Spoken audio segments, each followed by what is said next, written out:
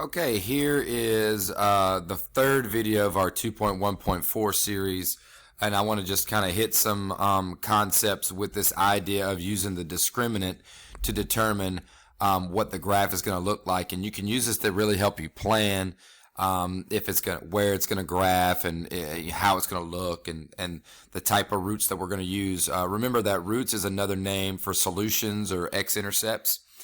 And so the discriminant is what's underneath the radical as part of our quadratic formula.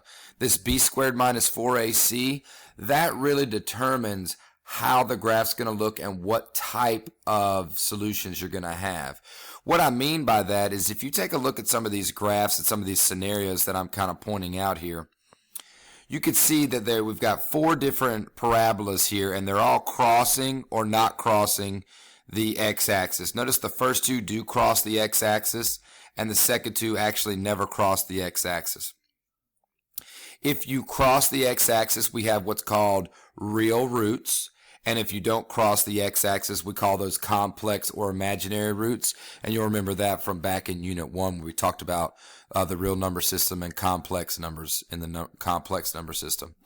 In this first scenario, if I get a number underneath the radical as part of my quadratic formula, if I get the number for b squared minus c and it's a perfect square, it's a positive perfect square, so something like 16 or 49, where it's a positive number and I know the square root of it, those are going to give me two real rational roots, meaning that the roots are going to be quote-unquote nice. It's going to be factorable. It's going to be a number that I could do a perfect square trinomial and get two whole number answers as my two solutions.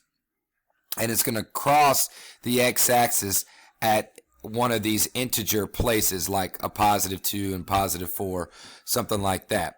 Then if I get a number underneath my radical for my discriminant, my b squared minus 4ac, and it's a number like 8 or 34, I don't know the square root of 8. I don't know the square root of 34. So I am going to get two real roots, but they're both going to be irrational. So another word for irrational roots would mean non-integer, not quote-unquote nice numbers.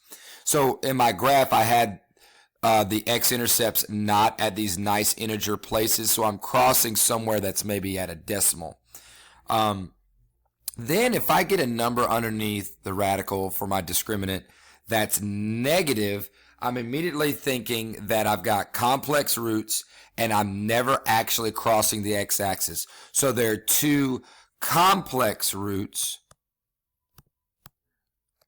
but the two roots are going to be rational